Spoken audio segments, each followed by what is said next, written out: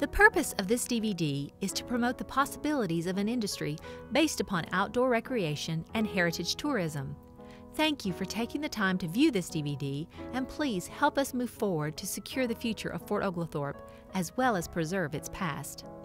The city of Fort Oglethorpe is challenged today to protect its historic treasures while balancing the needs for economic development, recreation, and community revitalization.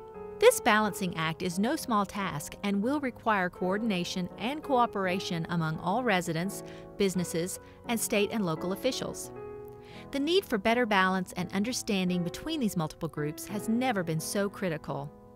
The recent economic downturn requires now, more than ever before, that a comprehensive strategy be developed and adopted to reach our coordinated goals.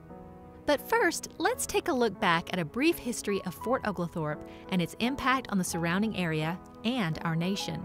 Northwest Georgia has played a vital part in the dynamic forces that have shaped this country. The area in and around Fort Oglethorpe and Chickamauga Park has been at the very center of most of these dynamic changes. From our relationship with the Native Americans and the removal of the Cherokees in the Trail of Tears, to the Battle of Chickamauga, which has been called the bloodiest 2 days of the Civil War. These changes continued in 1890 when Congress passed a law authorizing the Army to use military parks for training in national emergencies. During the Spanish-American War, Camp George H. Thomas was established in Chickamauga Park. It was one of 2 staging areas for the war and was used to train an entire field army to include a field army headquarters, 3 corps headquarters, 12 infantry division, a cavalry regiment, and all the horses and equipment these entailed. Over 70,000 recruits moved into the woods of Chickamauga Park to learn the basics of military training. It became obvious that the area would be ideal for the permanent base needed in the southeast, but there was also a concern for the integrity of the historical aspects of the park. Congress therefore authorized the purchase of over 800 acres north of the park in which to establish a new Fort Oglethorpe.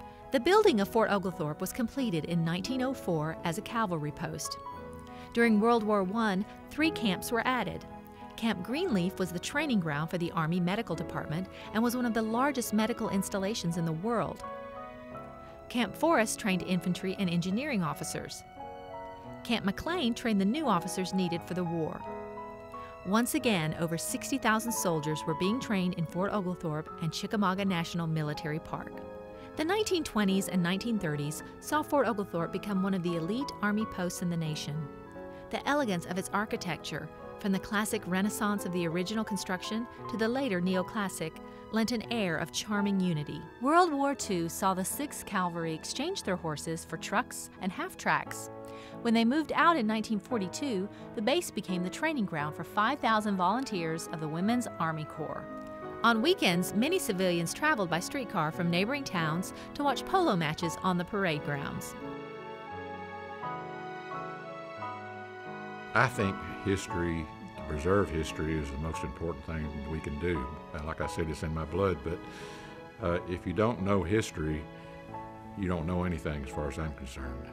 And it's just the way I am. I've always felt this way. I believe that history transcends city, county, state lines. Whenever there's a history project to be done, somebody needs to do it, and I'm one of them that'll do it. There are just so many things that have gone, but there are things left, such as Barnhart Circle and the parade grounds, that could be fixed and put back into what the original condition. And I think this would be a most beneficial thing for Fort Oglethorpe, not only because of the beauty of the thing, would be financially I think it would be a great help with the nearby Chickamauga battlefield, and we're right off Interstate 75, and I just think that it would be great if people would consider going back and doing things that need to be done to preserve the history of the Fort Oglethorpe area. I realize that people are not all the same, and I like history. You may not like history, you might like athletics, sports, and things like that. But I think there should be a balance between the two, with the history preserved and the athletics preserved, but in different areas. I don't think they should overlap. I don't think there's any way to connect the two. I would just like for people to consider the fact that once history is destroyed, once the artifacts, the land, and so forth is destroyed, you can't bring it back. It's hard to bring back. It can be done. It's going to be more expensive. So the more you mess it up, the more it's going to cost you. A few days ago, I was shown some brochures from, I believe, Fort Baker in San Francisco, California, and it was amazing to me the fact that Fort Baker looks exactly like Fort Oglethorpe. It had the same parade type feel. It had the same houses built around it. Of course, at that time in the early 1900s, all these posts were built with the same architecture, I'm sure. But it was just amazing to me. It was uncanny. It was just so similar, you know. And I just feel like that if we could just go back and remove those ball fields and take all that stuff out of those buildings in the parade ground, and maybe even do some remodeling around the Barnhart Circle residential area itself. I just feel like that we could turn it right back into something that's really neat, and people would want to come there a lot more. We've had 40 years go by. We've missed a lot of opportunities, but we still have a lot of opportunity left.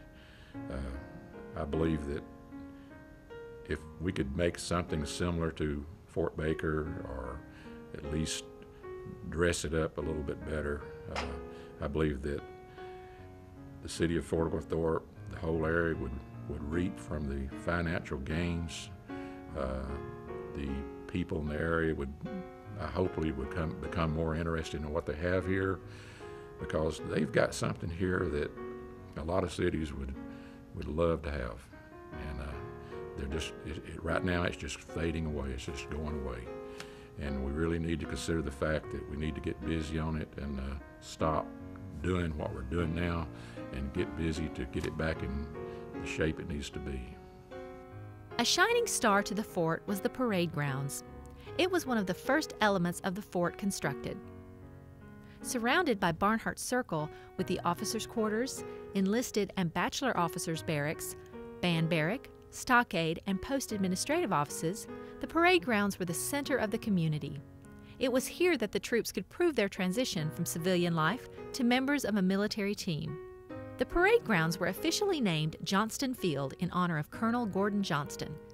At the time of his death from a polo accident on March 7, 1934, Colonel Johnston held the Medal of Honor, Distinguished Service Cross, Distinguished Service Medal, Purple Heart, and the Silver Star with 2 oak leaf clusters.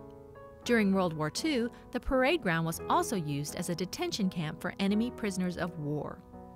For the 6th Cavalry, horsemanship was their ultimate goal. There was no better way to prove their skills than during the polo games. Sunday afternoon polo matches were famous throughout Southeast Tennessee and Northwest Georgia. Wouldn't it be wonderful to see that happen again? After World War II, the Army Post was permanently retired, and in 1947 all facilities were declared surplus. The War Assets Administration sold most of the old post on the open market. Citizens wanted to keep memories of the old post and to create a new town. The town of Fort Oglethorpe was then incorporated in March of 1949, and the Fort Oglethorpe Historic District was placed on the National Register for Historic Places in 1977. The parade grounds of the old fort were purchased by 2 brothers, Drs. C.W. and W.G. Stevenson. Wanting to preserve the parade grounds for the public, the Stevenson brothers sold the property to the town of Fort Oglethorpe in December 1950, with the written deed agreement that the property be used only for public purposes. This original deed states, "It is expressly agreed and understood that this property is conveyed to the party of the second part to be used only for the purposes of public schools and/or parks or playgrounds and other public purposes, and for no other purpose." Due to various exclusionary uses of the parade ground, these covenants have been broken.